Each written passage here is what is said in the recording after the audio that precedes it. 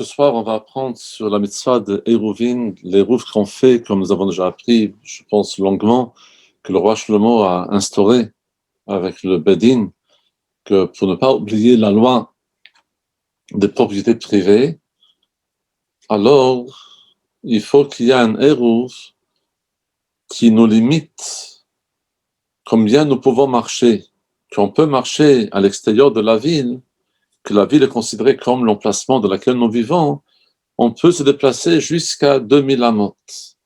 Alors, il nous dit dans la première halakha, je vais d'abord expliquer oralement et après on va pouvoir lire.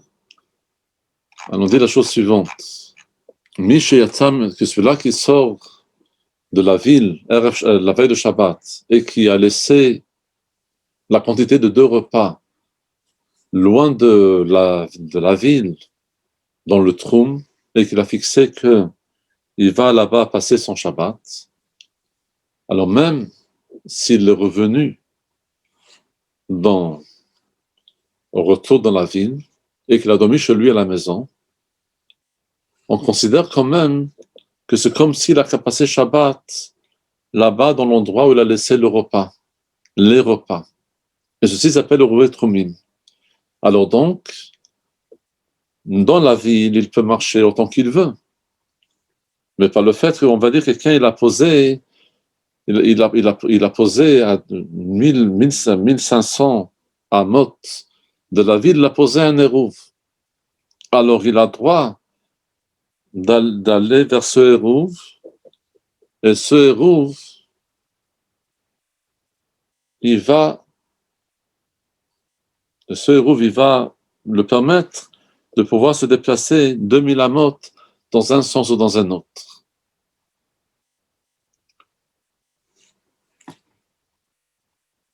Alors, par rapport à la ville, s'il veut sortir de la ville, il peut aller dans la ville, il peut aller autant qu'il veut. Ensuite, si jamais il peut aller jusqu'à la fin de la mesure de la ville. Ensuite, si jamais la ville se trouve dans ce mesure de ces 2000 amot, alors là, toute la ville sera considérée comme 4 amot et il pourra donc aller vers l'extérieur. C'est-à-dire que tout dépend de quel côté il va. S'il va vers le côté de l'Eruv, alors là-bas, il peut aller effectivement tant qu'il veut. Mais par contre, dans l'autre sens, il ne peut pas sortir de la ville de Milamot. Pourquoi? Parce que par le fait que la personne a décidé, si ça c'est la ville, et ça c'est l'Eruv, ça c'est la ville, et ça c'est l'Eruv, et lui a décidé que là c'est son jour de Shabbat, alors c'est dans cette direction qu'il va avoir les 2000 amot. Mais là, il n'aura rien de tout, parce qu'il a décidé clairement qu'il veut maintenant avoir son Eruv et son déplacement dans l'autre sens. S'il a mis l'Eruv, par exemple, dans l'est de la ville, il peut aller que dans le sens de la ville et pas dans le sens inverse. Par contre, si jamais toute la ville n'est pas la mida de Troum, dans ce cas-là, comme nous avons déjà appris dans les prakim d'avant, la ville est considérée comme que 4 amot, et donc il peut aller 994 amot et plus encore 1000 amot sans aucun problème. Nous allons après lire tout le texte. Pour le sens, je vous dis la lachot dans le sens oral. Il explique dans la Chagim un exemple. Quelqu'un qui a mis son Eruv à 1000 amot depuis sa maison.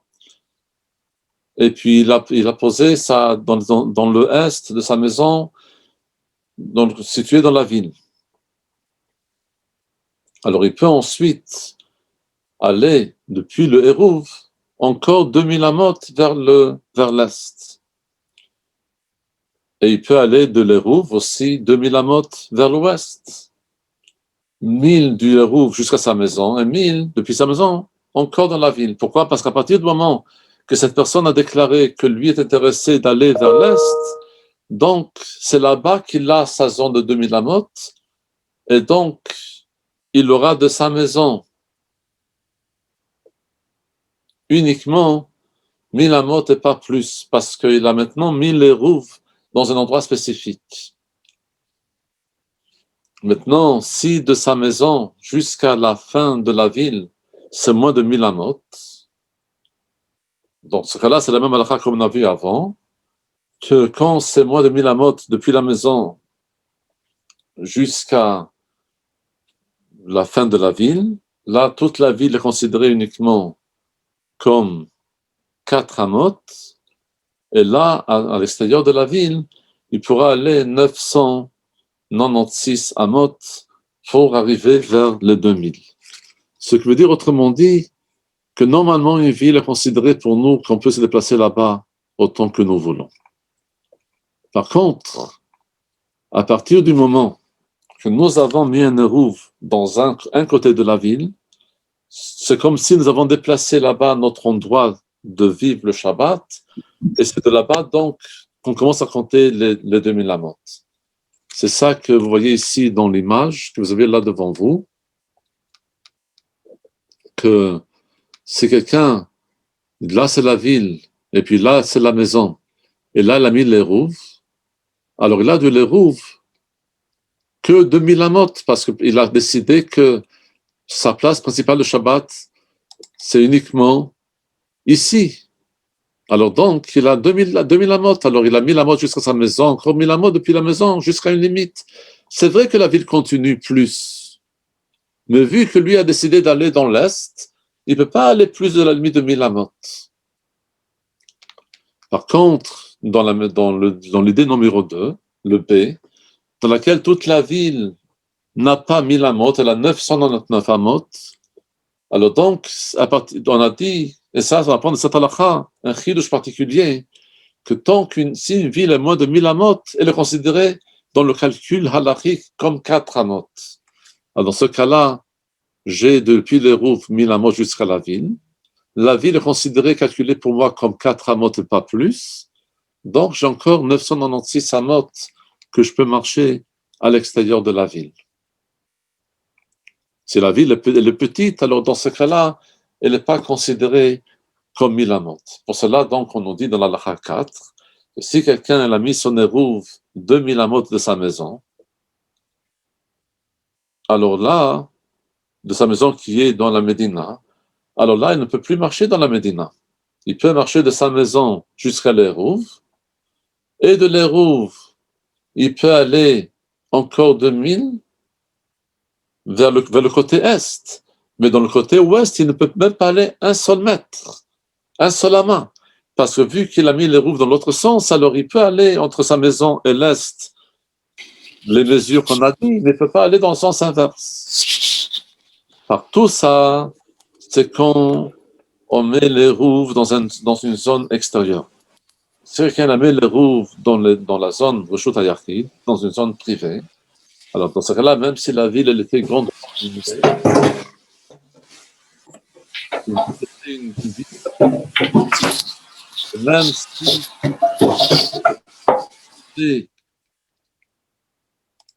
même si Nîmes n'était déjà pas tellement habitée, mais qu'il y a quand même des mechitsot qui montrent que c'est une ville qui peut être habitable, ou même s'il y a des grottes dans lesquelles on peut vivre, alors dans ce cas-là, toute cette ville, on peut la marcher parce que c'est une ville habitable, et nous allons compter les 2000 amot de déplacement qu'à l'extérieur de la ville, même si la ville est extrêmement grande, tant qu'il a mis son érouve dans un Reshut HaYachid. Maintenant, quelqu'un qui met les rouves dans la ville où il habite, dans la Médina, dans laquelle il se trouve, alors, quelque part, ça n'a pas de sens. Parce que si dans la ville, tu n'as pas besoin, à l'extérieur de la ville, tu n'auras pas plus que 2000 amot d'aller dans chaque sens. Et donc, si une personne ne gagne, alors donc, dans ce sens-là, il va rien gagner. Qu'il met les roues, ne met pas les roues, de toute manière, hein, il ne pourra pas aller plus de ce que nous venons de dire. Et si jamais il a mis son érouve dans différents endroits qui sont liés avec la ville, c'est comme si il a mis ça dans la ville. Mais par contre, si jamais il a mis son érouve à l'extérieur du Troum, ça veut dire il a pris plus que 2000 amot et puis il a mis là-bas l'érouve. Dans ce cas-là, ce n'est pas valable parce que ça n'a pas de sens. Maintenant, à la base, on fait un érouve troumim que pour une mitzvah parce qu'on veut aller apporter nos condoléances, ou on veut aller faire réjouir des gens pour un mariage, ou on veut aller accueillir notre rave, ou un ami qui vient de la route, etc. Ou bien on a peur et on a une crainte, et donc on veut se sauver. Alors à la base, on fait les roufs pour ça, parce que le déplacement n'est pas souhaitable pendant Shabbat. Shabbat, on est censé d'être chez nous à la maison. Les roufs, il est fait pour pouvoir faire une mitzvah. Mais à partir du moment qu'on a permis de faire pour une mitzvah, alors on peut donc utiliser les roufs aussi pour autre chose. Tous ceux qui participent dans les roufs peuvent réaliser ce rouf et le faire comme il faut. Et ceux qui ne participent pas ne pourront pas faire ce Iruv Trumim. Et à la base, il faut qu'il y ait 2 repas pour chacun qui participe dans l'Iruv. Et si jamais c'était l'accompagnement du repas, il faut également pour que ça soit pour deux repas. On a déjà vu quand même avant dans la Lachot qu'il y a quand même un maximum qu'on demande pour 18 personnes, mais pas plus. Et il faut que la personne et son Iruv soient dans le même endroit pour qu'ils puissent le manger, en tout cas à la tombée de la nuit, de vendredi soir, en tout cas Ben Hashamashot, entre le jour et la nuit, entre le coucher du soleil et le tombée de la nuit. Pour cela, si quelqu'un il veut faire Shabbat dans le Reshut HaRabim, mais il a mis le rouf dans le Reshut HaYachid ou l'inverse, ce n'est pas un rouf parce qu'il ne peut pas manger le rouf là où il se trouve. Il faut que le rouf soit dans un endroit au moment dans lequel Shabbat rentre vraiment, nous pouvons consommer ce rouf. Mais si jamais quelqu'un il a voulu faire Shabbat à Reshut HaYachid ou Reshut HaRabim et qu'il a mis le rouf dans le Carmélite, dans le Carmélite, Midrabanan, on n'a pas le droit de faire sortir, mais c'est pas Minatora, parce que Carmélite, c'est un endroit qui n'est pas ni une vraie propriété privée, ni une vraie propriété publique, ou bien dans le sens inverse qu'il a voulu faire Shabbat dans le Carmélite et qu'il a mis son Eruv, Reshut HaYachid ou Reshut HaRabim, alors c'est un Eruv. Pourquoi? Parce que pendant le moment que l'Eruv a été acquis, pendant le Ben Hashamashot, on pouvait faire sortir un de ces endroits vers le Carmélite pour une mitzvah. Parce que chaque chose qui est une mitzvah, les Chachamim n'ont pas interdit dans Ben Hashamashot. Et donc, nous parlons maintenant dans la halakha que nous devons avoir accès vers le Eruv que nous mangeons. Donc, on prend une halakha que si quelqu'un il a mis l'Eruv, on a mis ça dans un armoire ou dans une tour et que la clé était perdue, si on peut, sans transgresser le Shabbat, faire sortir cette nourriture, c'est un Eruv. Parce que on n'a pas de faire Ben Hashamashot, seulement une melacha. Mais s'il a mis ça, alors donc si on peut faire sortir, c'est bon, sinon on ne peut pas faire sortir. Maintenant, s'il a mis cette nourriture sur la tête d'un tige ou d'un roseau, qui sont encore attachés à la terre, alors ce n'est pas un érouf parce qu'on ne peut pas toucher, parce qu'on n'a pas de prendre l'érouf qui se trouve sur ces tiges, parce qu'on va peut-être arracher le tige, et donc en Shabbat, on n'a pas le droit de le prendre. Mais si jamais ce tige était arraché, là, on a le droit. Chacun qui a mis un érouf, il a autour de l'érouf 4 coudées dans laquelle il peut consommer, entre guillemets, ce érouf. Il fait rare pour cela, celui-là qui... Je n'ai pas remarqué que le caméra était fermée. Celui-là qui met un Eruv Trumim à la fin du Trum et que le Eruv est sorti 2 amot de plus loin, alors c'est un Eruv, et parce qu'il a quand même 4 amot, donc 2 c'est bon. Si jamais sorti avec seul 2 amot, alors ce n'est pas un Eruv, parce que c'est comme si c'est déjà sorti à l'extérieur et qu'il ne peut plus arriver vers l'Eruv. Donc également, si l'Eruv s'est roulé et qu'il est sorti 2 amot à l'extérieur du Trum, ou qu'il était perdu, qu'il était brûlé, ou que c'était de la trouma qui est devenue maintenant impure, qu'on ne peut pas le manger, et tout ça s'est passé encore pendant le jour de vendredi, alors ça n'est pas un érouv, parce que pendant la tombée de Shabbat, ce n'était plus accessible. Par contre, si jamais ceci s'est passé une fois que le Shabbat est déjà rentré, vendredi soir, là c'est bon, parce que l'érouv a lieu pour être validé pendant le Ben Hashamashot, après le coucher du soleil, et donc, si jamais après le problème a eu lieu pendant la nuit, ce n'est pas un problème. Si jamais on a un doute, alors c'est un érouv, parce que un safek d'érouv, c'est kasher, et donc si l'érouv était mangé après le coucher du soleil, mais avant de tomber de la nuit, c'est toujours encore un érouv, c'est toujours valable. Deux personnes qui disent à une personne, Rouven et Shimon, qui dit à Lévi, par exemple, va faire pour nous un érouv. Un le demande, un il a fait pour lui l'érouv pendant qu'il fait jour. Pour l'autre, il a fait l'érouv quand c'est déjà après le coucher du soleil. Et celui-là il a fait pour lui l'érouv pendant qu'il fait jour, son érouv était mangé après le coucher du soleil. Et celui-là qu'il a fait pour lui l'érouv après le coucher du soleil, son érouv a été mangé quand il fait nuit. Alors, est-ce que leur érouv est un érouv? Nous venons de dire, la halakha, qui est une base, que l'érouv doit être accessible à nous de pouvoir être consommé au ben hashamashot. Et donc à la tombée de la nuit. Alors maintenant, qu'est-ce qui se passe? Moi, j'ai fait l'érouv, Lévi a fait l'érouv pour Rouven. Et pour Rouven, il a fait l'érouv avant le coucher du soleil. Et après le coucher du soleil, ce érouv a été mangé. Alors, si on va dire que l'érouv a été mangé avant la rentrée de Shabbat, alors l'érouv n'est pas valable.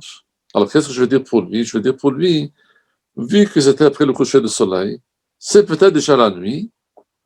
Donc, au début de la nuit, le érouv était disponible. Même s'il était mangé après, c'est pas grave, l'érouv est valable. Donc, je considère, en faveur de Rouven, que Ben Hashamashot veut dire la nuit. Et donc, quand on met la nuit, le héros était là, donc même si après il mangé qu'on faisait déjà pour lui, pour sûr, c'est pas grave. Mais le problème, il est que pour la deuxième personne, pour Shimon, j'ai mis pour lui l'hérouv juste après le coucher du soleil, et que il était mangé quand il fait nuit. Alors pour lui, qu'est-ce que je veux dire? Non, l'hérouv était là pendant le début de Shabbat, et il était consommé uniquement après. Ça veut dire que pour un, je vais donc considérer que Ben Hashamashot est considéré déjà la nuit, et pour l'autre, je vais considérer que Ben Hashamashot c'est encore toujours avant la tombée de la nuit. Est-ce que deux personnes qui ont délégué une seule personne pour faire les deux, est-ce que je peux dire pour un comme ça, pour un autrement? L'Alakha nous dit oui, que par le fait que Ben Hashamashot est un safek, alors je vais pour considérer pour un que c'est déjà la nuit, et pour l'autre, je considérais que c'était encore le jour, et donc on a pu encore toujours faire le rouf. Parce qu'on savait que s'il fait nuit, on ne peut pas faire les rouf. Alors si Ben Hashamashot c'est déjà nuit, comment je peux faire pour l'autre Ben Hashamashot les rouf? C'est pour cela que par le fait que c'est une temps halachique, je vais considérer pour un comme ça et pour l'autre autrement. Si on aura le temps après, on pourra développer cette halakha plus longuement. Si jamais sur les rouf est tombé beaucoup de pierres, si je peux le faire sortir avant Shabbat sans faire un travail, c'est kachar. Que je dois pouvoir le faire sortir, Ben Hashamashot. Mais si jamais c'est tombé après qu'il fait nuit, c'est aussi Hérouv, même si je ne peux pas le faire sortir, parce que pendant Ben Hashamashot, c'était un Hérouv, donc c'est valable. Mais si jamais quelqu'un a fait un Hérouv avec la terouma, que j'ai un doute si c'est un pur ou pas pur, parce que si c'est tamé, ce n'est pas mangeable, où j'avais deux pains, un de trauma qui était pur, un qui était impur, et je ne sais pas lequel est tahor, lequel n'est pas tahor. Alors, même la personne a dit que moi je fais avec le tahor, ce n'est pas un erouf. Pourquoi? Parce que je ne peux pas manger, parce que je ne sais pas lequel est le bon. Et donc, la même chose aussi, si une personne il a pris deux pains, elle a dit, ou elle a pris un pain, pardon, et puis il dit voilà, ce pain aujourd'hui il est mangeable, demain je le sanctifie pour Dieu. Il a fait un erouf, c'est un erouf parce que Ben Hashamashot, c'était pas un kadosh, c'était encore toujours quelque chose qu'on peut manger. Par contre, s'il a dit qu'aujourd'hui c'est Kodesh, demain, aujourd'hui c'est sanctifié, demain ce sera Chol, alors on ne peut pas faire un Eruv, parce que maintenant, pour enlever la nuit de vendredi, ce n'est pas valable pour être mangeable.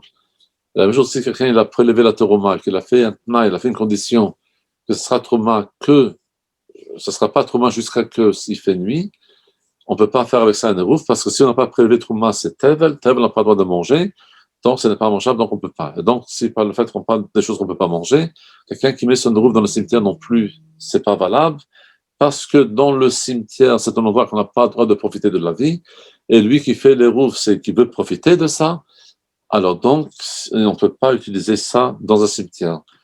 Mais il y a des fois que ce n'est pas un vrai cimetière, mais c'est un endroit dans lequel il y avait avant des corps qui étaient enterrés, et que maintenant on a des doutes que peut-être il y a des ossements qui sont éparpillés dans ce terrain.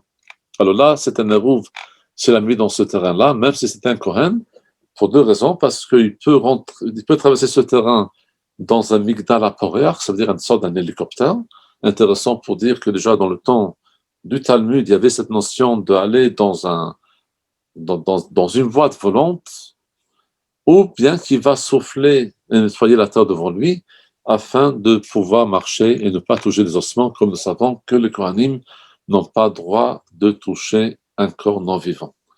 S'il y a beaucoup de personnes qui ont voulu participer pour faire les rouves, alors on ramasse deux repas pour chacun, et on met tout dans un récipient là où ils veulent. Et si on fait un érouve pour tout le monde, alors si un fait un érouve pour tout le monde, il faut que il rend l'acquisition possible de tous les participants de l'héros à travers une autre personne. Lui-même ne peut pas faire ça, que lui va leur donner l'acquisition de ce korban. Parce que par le fait que lui, il a le hérouve dans sa main, alors je ne donne pas aux autres. Donc il faut que je donne à quelqu'un d'autre à une autre personne qui va représenter tous les autres participants de faire le kinyan. Et il faut avertir tout le monde qu'on a fait les rouves, parce qu'il faut savoir si les gens volent les rouves du côté que je leur fais. Peut-être eux, ils sont intéressés d'avoir ça dans l'autre sens. Comme on vu avant, que quand on fait une rouve dans un sens, ça ne couvre pas le sens inverse. Mais si j'ai averti pendant des jours, même si la personne ne veut pas, uniquement à partir du moment qu'il fasse nuit et pas maintenant, c'est une rouve. Mais si jamais il n'a pas averti la personne qu'il y a un eruv avant qu'il fait nuit, il n'est pas yotse parce qu'on ne peut pas faire un eruv une fois que Shabbat est déjà rentré dans le sens absolu, quand il fait déjà nuit. Et donc, quand celui-là à qui les eruv Chatzerot, alors on lui donne, chacun qui peut faire les eruv Chatzerot peut faire aussi les tromim, et celui-là qu'on ne peut pas faire avec lui des eruv Chatzerot, ne peut pas faire de tromim, des gens qui n'ont pas la capacité mentale, etc. Une personne, maintenant, comment on fait l'acquisition des objets avec lesquels on fait le hérouv. Une personne peut donner à une personne, à un ami, une somme d'argent pour qu'il achète pour lui un pain pour faire pour lui un hérouv. Mais il ne peut pas donner à quelqu'un qui a un magasin ou un boulanger de l'argent à dire avec ce argent, fais-moi un hérouv. Parce que quand je donne l'argent à quelqu'un, il va me faire l'acquisition pour l'hérouv pour moi. Par contre, quand je donne de l'argent à un boulanger ou à quelqu'un qui a un magasin, il faut que quelqu'un fasse le kinyan de l'objet. Donc, je ne peux pas juste donner de l'argent. Il faut que quelqu'un vienne prendre l'objet pour faire le kinyan. Mais si jamais il lui dit, fais pour moi un hérouv avec cet argent, alors là, il peut prendre pour lui le pain, etc., parce qu'il ne demande pas de le vendre de pain, il demande de faire pour lui un hérouv. Donc, dans ce cas-là, c'est bon. Comme aussi, s'il lui donne le récipient, on lui dit, mets-moi dans ce récipient de la nourriture et acquiert ça pour moi pour faire un hérouv, alors là, c'est valable. Une personne peut faire un hérouv à travers ses enfants, même s'ils sont petits, à travers ses serviteurs, s'ils savent ou s'ils ne savent pas, parce que c'est une question d'éducation. Mais si jamais il a fait pour eux un hérouv et eux, ils ont fait pour eux-mêmes, alors ils vont être quittes avec celle de leur maître. Mais quand il s'agit des enfants qui sont grands, qui sont adultes, après bar mitzvah, bat mitzvah, ou quand il s'agit des serviteurs qui sont juifs, ou pas sa femme, il faut qu'ils soient au courant, même s'ils mangent chez lui à la maison. Mais si jamais il a fait pour eux l'hérouv et eux n'ont pas dit non, on veut faire un hérouv nous-mêmes, alors c'est bon. Mais si de l'autre part il a fait un hérouv et eux ils ont été faire un hérouv pour eux-mêmes, alors ils ont montré absolument qu'eux ne veulent pas son hérouv à lui. Dans ce cas-là, son hérouv ne sera pas valable. Un enfant qui a 6 ans au moins, il ne doit pas faire un Eruv pour lui-même parce qu'il est dépendant de sa maman et donc il va être acquitté par l'Eruv de sa maman. Quelqu'un qui veut envoyer l'Eruv à travers quelqu'un d'autre pour le poser, là où il veut poser l'Eruv pour faire le Shabbat, il a le droit, il n'est pas obligé de poser lui-même. Mais quand il le doit, il doit envoyer par quelqu'un qui comprend ce que veut dire l'Eruv et qui croit dans l'Eruv, donc pas par un non-juif. Mais si jamais il l'a envoyé par quelqu'un qui n'est pas conscient de ce que veut dire un Eruv, ou quelqu'un qui n'est pas soul, alors ce n'est pas bon. Par contre, si je donne à un enfant ou quelqu'un qui n'est pas soul pour apporter l'Eruv à une personne qui va cacher, qui va poser pour moi l'Eruv, alors là, même si je vois par un singe, même si je vois par un éléphant, tant que je vois comment l'Eruv est transporté vers la personne qui est caché, qui est apte de faire l'Eruv, et que lui aussi va prendre l'Eruv et le poser, alors ce n'est pas un problème et c'est valable. Et donc, même quand il y a une communauté qui fait un Eruv et qui veut envoyer quelqu'un pour poser pour eux, ce n'est pas un problème. Quand il y a une personne ou plusieurs personnes qui ont dit à une personne comme délégation, va faire pour nous un Eruv, et lui, il a fait dans le sens que lui a voulu, c'est un Eruv parce qu'ils n'ont pas dit dans quel sens et dans quelle direction ils veulent. Si quelqu'un, il dit à quelqu'un, fais pour moi un Eruv avec des dates, lui, il a fait avec autre chose. Au lieu de faire des dates, il a fait des figues. Il lui dit, fais-moi des figues, il a fait avec des dates. Il lui dit, mets-moi l'Eruv dans le Migdal, dans la tour, et lui, il l'a mis dans un lieu où il y a des oiseaux, ou dans l'inverse, ou dans le sens inverse. Il lui dit, mais dans la maison, il l'a mis sur le toit. Il lui dit, mais sur le toit, il l'a mis dans la maison, ce n'est pas un Eruv. Mais s'il lui dit juste, fais pour moi un Eruv, et lui, il a fait comme il voulait, avec des dates ou des figues, etc., sur le toit, pas sur le toit, alors dans ce cas-là, ce n'est pas un problème et c'est tout bon. Comme on fait la bracha sur les Rouvé Chatzerot, c'est comme ça aussi qu'on fait la bracha sur les Trumim, et on dit qu'avec ce Eruv, j'aurai le droit de marcher vers tel et tel endroit, 1000 amot dans chaque direction. Si un fait l'Eruv pour beaucoup de gens, alors là, il va dire avec ce Eruv, tel et tel, ou les gens de tel et tel endroit, où les gens de telle et telle ville auront le droit d'aller de ce endroit 2000 amot dans chaque direction. Voilà un peu le résumé de ce chapitre.